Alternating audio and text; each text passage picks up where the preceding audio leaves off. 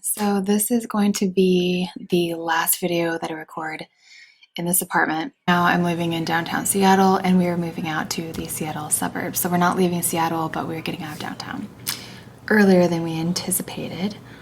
But that's happening in the next couple weeks. So this will be the last video here. But today I'm talking about Unsolved Mysteries, the Netflix reboot of Unsolved Mysteries. And my goal in this video is really, there's going to be spoilers, so if you haven't seen it, you might not want to watch this video until after you've seen it. I'm going to kind of do like an overview and then talk about each episode, maybe if I had any thoughts on the episode, and then kind of some final thoughts at the end. So I think the main thing I was most concerned about was them keeping the original theme music. It is just iconic, and you can't have that show without the theme music. Like, they go together. So I was very happy to see that they kept that. And so last October they remade Are You Afraid of the Dark, which is another childhood favorite of mine. And they also kept the music, and the intros are kind of similar, I think, in like the way that it was shot. Like, if you play the new Are You Afraid of the Dark intro and then the new Unsolved Mysteries intro, obviously one's a kid's show, but they're both creepy, and people from my generation grew up with both. They're very similar to me. And then the next concern was obviously, who are they going to get to host it? It's Robert Stack. You can't replace him. And when they brought it back, the series back in like late 2000s, they had this guy, I don't remember how to say his name correctly, but Dennis Farina. And that version was absolute crap. So I was very concerned about who they would bring back as a host. And then, to my surprise, there was no host. And then in the intro, you can see at the end, there's a faint image of Robert Stack, which kind of is a nod to the fact that you can't replace him, and they just didn't even want to try. And then to have his image there just honors him and the show, I think, in a really nice way. So I would never even thought to do that, and I think that it was a really, really good idea. And then, of course, unlike the original run of the series, they focus on one story for the whole hour-long episode, which I actually like, because I felt like they did try to cram a lot in one episode, and you couldn't obviously give the attention to detail to each story. And I think today, with everything out there that is true crime and how people do get into the details, that needed to change, just to be updated for how people like to watch things and invest in stories today. So rather than in the original series, it kind of felt they had to preface the show always with, this is not a news broadcast, because it kind of did feel like a news broadcast, whereas now it feels more like a documentary. And Netflix has so many of those now that are documentaries based off true crime. So I think it's kind of playing into the fact that, like, that is the style these days. And it also gave me, just kind of speaking to the nostalgia of it, gave me TLC, A Haunting vibes. I really love those shows growing up. They also did kind of like a little bit of reenactment and then interviews. And the new Unsolved Mysteries also does reenactments, but they're kind of vague or like dreamlike, where they're not like straight on. It's like when somebody is talking about something, they'll show it reenacted, but just, it's not focused on. It's kind of like gauzy, sort of, you know. It's not super cheesy. It's not like so literally played out, which I think is really nice. And then, of course, they did have photos and actual video footage where they could find it to add to the story. So the order that I watched the episodes in, I watched the order that Netflix automatically played them in, so I don't know if they go in the same order that you, like, when I went back to look at the episode list, they were in a different order than I watched them, so the order that I go through them might not be the order that you watch them through on Netflix. I'm not really sure how that happened. But the first episode that I saw is a good old UFO episode. And to be honest, I didn't pay a ton of attention to this. It kind of seemed like the way that it went was in the Northeast, starting in the Berkshires, and then like throughout that area, many people witnessed what they thought were UFOs or had like abductions. And so it was basically just kind of like going through and being like, yeah, like all this happened to all of us at once, but none of us knew each other, and we were in this area, they were in that area. But a good old UFO episode is par for the course when it comes to unsolved mysteries, because I feel like 90s was the decade of UFO and alien abductions. So it was kind of boring, but I didn't hate it. I don't really have many notes about that. It was just that it was a classic UFO episode about UFO sightings and abductions in the Northeast in the 1960s. So that's all I've got about that one. The second episode that I saw was a bit more interesting. This one is about the missing person. It's a missing person episode. A lot of them are, well, I guess, unsolved murders and missing persons. The rest of them are. So the second one was this woman named Lena. Her mom had said that she left for Florida from Missouri, and she had a infant or toddler son that she left behind that all of her sisters were saying could not have happened because she would never have left her son. The mother, the matriarch, the kind of like the suspect that all this surrounds, had 6 daughters, and she was apparently enjoyed men and had a lot of relationships, had cheated on a lot of guys, and so she brought a lot of men in and out of her daughters' lives. And so I don't know where he falls in the line of husbands. I don't know if it was her second husband. I think it was the brother of a guy who she'd been married to before that she cheated with. This guy wound up going missing around the time she started another relationship with a younger guy, and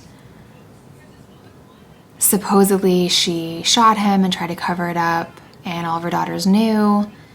I don't know why she killed Gary, but supposedly she was like making breakfast eggs or something, and shot him in the head and got rid of the body. Nobody ever found the body, but that weighed heavy on the daughters because, like I said, this guy Gary was related to the first husband that the girls really liked. And so Lena confessed to Gary's brother that her mom did it, but then later recanted because her mom put pressure on her. And eventually, like I said, went missing, and all of the sisters suspect the mother, but the mother denies it and says that she just ran off and left her son. Apparently the mother was obsessed with having a boy because she'd had 6 daughters, and so she had a couple reasons to get rid of Lena, one of which is she was telling people that her mom murdered Gary, and then the grandmother wanted the grandson as her own son, which is so freaking twisted. I'm a mother myself, and I just couldn't imagine wanting somebody else's child, especially to the point where like I would get rid of them. Like, I'm not even a kid person anyways. I love my own kid and the other kids that are in my life that are, either related to me or are like my best friend's kids, but that's just like in the family dynamic, like to do that to your own daughter. Like, I don't know, like my daughter's only 11 months old, but I already just really don't want to mess up her life, and I want her to be happy and healthy and to love me and like I love her. So I don't know, that since becoming a parent, things like that like really just like get into your brain, and like you think about it afterwards for a long time, and you're just like really unsettled by it. So Sandra, which was the mom's name, which I don't think I mentioned, her husband, Chris Klemp, so it was Sandra and Chris Klemp. They went to civil trial and they were found liable for Gary's death, ordered to pay $7 million, but they haven't paid it. So she is currently just, I guess, taking care of her grandson, who she is acting like is her son. I don't know. That's like a whole lot of mental illness right there. The next one is a missing person. Was it a missing person? No, it's not a missing person. This is an unsolved murder. of Ray. His wife had gone on a business trip, and a friend or colleague of his wife's was staying with them. And he overheard a phone call that he had gotten, and then he ran out of the house. And they searched for him for some days, and then find his car at this hotel. And then they find a hole in the lower roof of the hotel, which I guess were where they had some conference room areas. And there they found his body. But they were trying to figure out how did he, just at the angle, like where he fell, they were like, where did he fall from? How did he get up there? Like,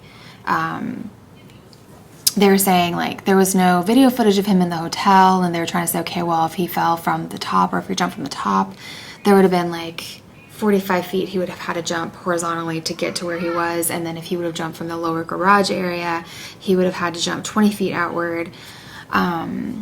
I kind of like have a thought about that I'll get to in a minute after I like go through the rest of it. But it was the Belvedere Hotel in Baltimore. This is where this took place. They also found his cell phone that was undamaged by the hole, I guess, where he fell through. And his flip-flops, which had drag marks on them, and then one of they were like the thong style flip-flops, and then part of it was broken off. So people were thinking that that was staged because it didn't really kind of coincide with how he fell through and like where he ultimately ended up. So they were saying that they think that someone just placed them there. His death was ruled a suicide, even though the family didn't believe it. They were saying, you know, he was newly married, was a writer, had a lot of things going on in his life that he was happy about. He didn't have any reason to kill himself. The medical examiner, the wife spoke to the medical examiner, and they were saying that the death they ruled was undetermined. So they didn't rule that it was a suicide. They ruled that it was undetermined because of the fact that his shins were broken, and it was not consistent with the way that he fell through the roof. So, however, the police were really quick to believe it was suicide and stuck to that and didn't really want to explore further. Basically, we're just like, it's a suicide. They did find a weird note that was taped behind his computer that was like what they thought written in code. It had a lot of lists of people's names and movies that he liked, and just written in a weird way to where they thought it was code, but they didn't understand it. And they took it to have it analyzed, and they were just like, it's just a weird note, like we can't make anything of it. But his wife, I guess there was a certain line from the note that stood out, so she Googled it, and then it led to, like, it brought up a lot of articles on Freemasons. So the call that he got on his cell phone the day that he died, when he ran out of the house, they determined came from his employer.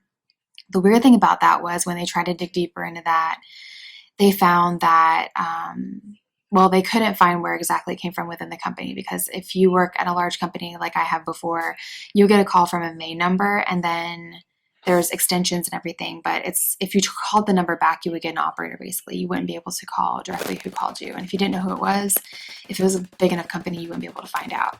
But the weird thing is that the company put a gag order on their employees. Why would you do that? And the company, I don't know if it was run by his friend or if his friend was high up in the company, but they also tried to talk to one of his best friends, and he would not talk to them.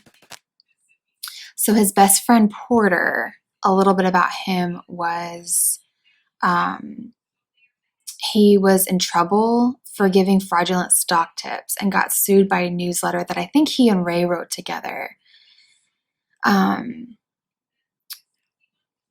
so he wouldn't talk to the police, which if you're not guilty of anything, you're this guy's best friend, why wouldn't you talk to the police? And so they also said that right before Ray died, their home alarm, a couple nights leading up to his death, at 1 o'clock, their alarm went off. And when the police came out to look around, said that it got triggered by accidentally, basically, and didn't think that there was anything to it. And so during this, I'm thinking to myself, okay, when they were going over how would he have fallen where he fell in the roof if there were only a couple points that he could have fallen from. But then they were saying, you know, if he had gone, I think they also explored like if he had jumped from the 11th floor roof or like ledge or whatever. They're talking about how ornate the ledge was and how it wouldn't be easy to get out onto it, and that you would have to go through somebody else's space, would have been seen. But what if he met his friend Porter there? What if his friend had a hotel room there? either under his name or not, and they met in a specific room, and then he was thrown from that room. They didn't explore that. They didn't go into detail about, they just said that Porter wouldn't talk to them. I don't know if they tried to figure out if Porter was at the hotel.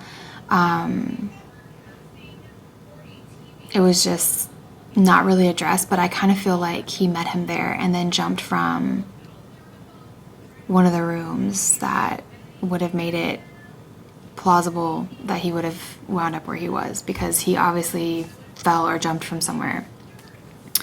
So that one was pretty interesting. Again, that's why it's really good that there's hour-long episodes dedicated to stories, because people these days, like, they need all the details.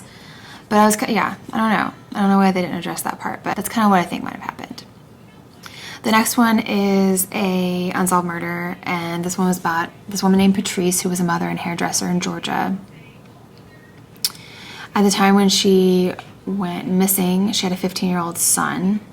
She was married to a guy that I think they said was 20 years older than her, and he didn't get along with her son at all. And then after she went, so it was weird. So they talked to the husband, which I don't know if I wrote down what his name was. I was taking notes